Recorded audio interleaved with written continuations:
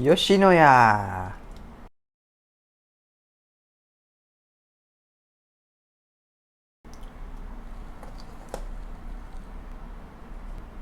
So like I said, today we're going to be trying Yoshinoya takeout.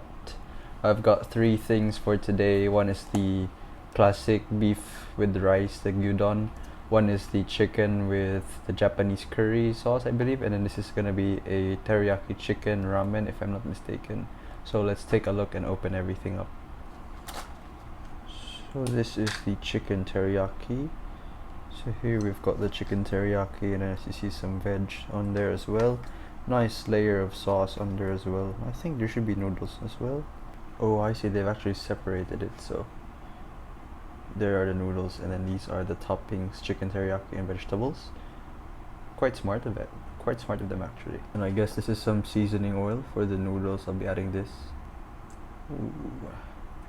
Oh, look at that. It smells quite fragrant. I'm not sure what it is. Maybe sesame oil, or I don't know if it's something more savory. Mix it all up. Yeah, it does smell like sesame oil. I do think it is sesame oil. So these are the noodles, and I think there should be a bit of soup still on the bottom. Yeah, there it is. Then we have the teriyaki chicken and the vegetables. I'll put a piece of the chicken into the noodles, and then a bit of the green beans.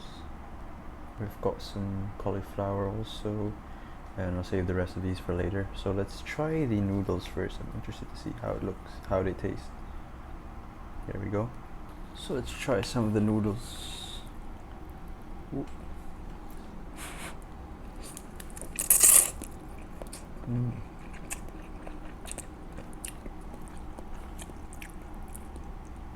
They do have like that sort of instant noodle texture. Maybe they are really instant noodles, but yeah, there's that nice light seasoning on the bottom, which like I think it's a sauce or soup. Then that was sesame oil, which I added just now. Just a light flavor, not too salty overall. It's just like a, yeah, it's very similar to like instant noodle taste. Just that hint of savoriness, and then the texture is definitely like reminiscent of instant noodle texture. Now take a piece of the teriyaki chicken. Nice skin on that. Looks a bit charred, and then just a nice piece of meat under.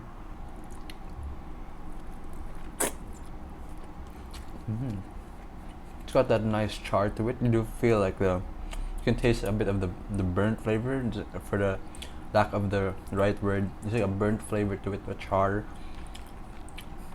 Get the sweetness from the teriyaki sauce, and then of course the chicken meat itself is quite tender. So I think it goes very well together. I'm gonna try a bit with a bit more of the teriyaki sauce on it now. Another piece of chicken, then dump some of the teriyaki sauce,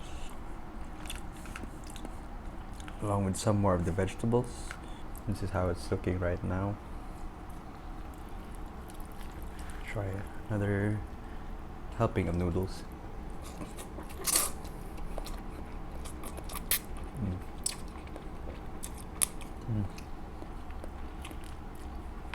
And their teriyaki sauce isn't too overpowering. It's not too sweet. Just gives that nice soy glaze, which I think complements the chicken very well in this case. And then just have a bit of vegetables on the side as well. Yeah, you don't expect those to be the hit of the dish, but overall it's pretty solid. This is an afternoon tea thing to order, because I actually ordered the food at 3 o'clock. So that's gonna be afternoon. This is gonna be an afternoon tea offering. So yeah, makes perfect sense, especially in Hong Kong. Let's move on to dish number 2. As you can see, this is the chicken curry. So like the Japanese style curry, and I think same as the previous dish, they keep the rice under. I wouldn't be surprised. Yeah, just remove it like this, and then bed of rice underneath. Quite smart of them. No, that's good. That's good packaging. So here on the top we have like the pieces of chicken, some potatoes, and then that dark and rich curry sauce, so like the katsu curry sauce. Usually you'd have it with pork chop, but in this case I'm having it with a chicken. Let's give this a go. Nice pieces of chicken there, and then just a simple bed of rice. So let's dip the chicken in a bit of the dark curry sauce. Looks very rich. Oh, let's try this on its own first, and then I'll put a bit on the rice. Mm.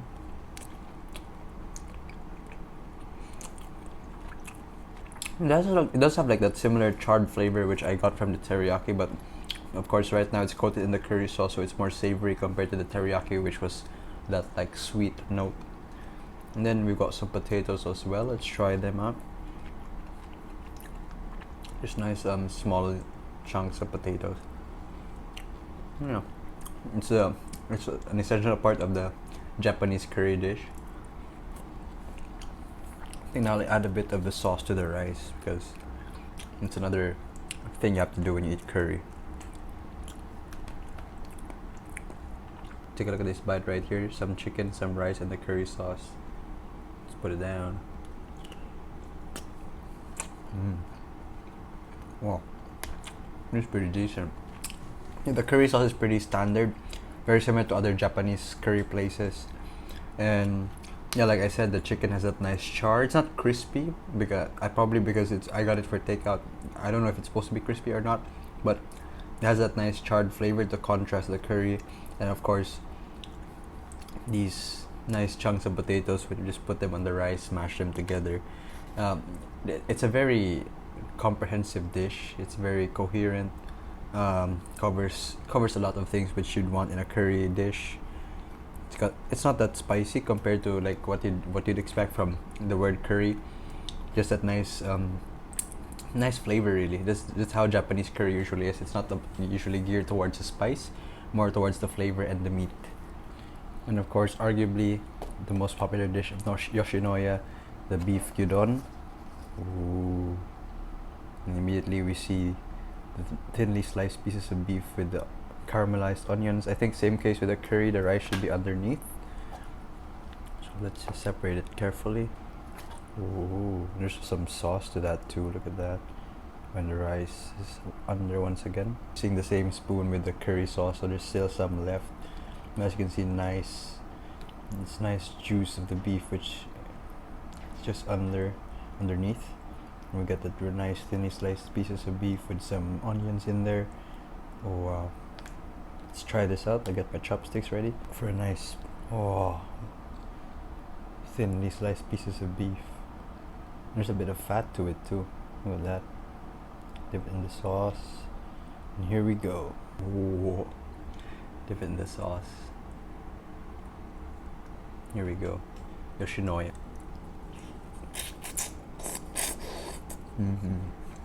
Whoa. Definitely got the ideal ratio of some lean pieces of the meat towards the fatty side, and then the sauce is very flavorful.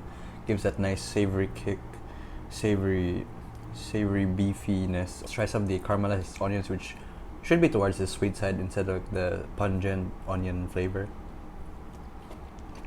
Yeah, they're quite sweet. They're quite sweet, and like same with the beef, it's just drenched in all that juice, that oil in the sauce.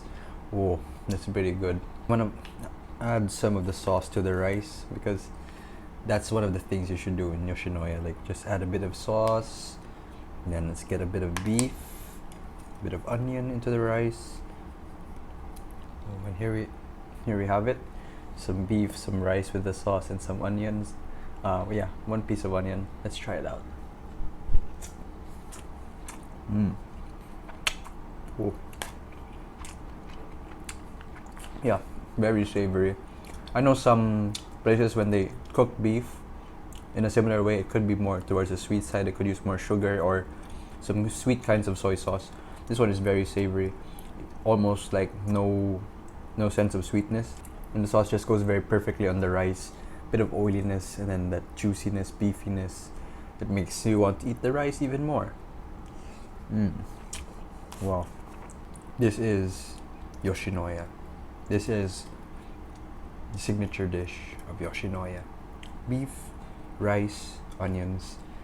It sounds simple, but that's what they're well known for.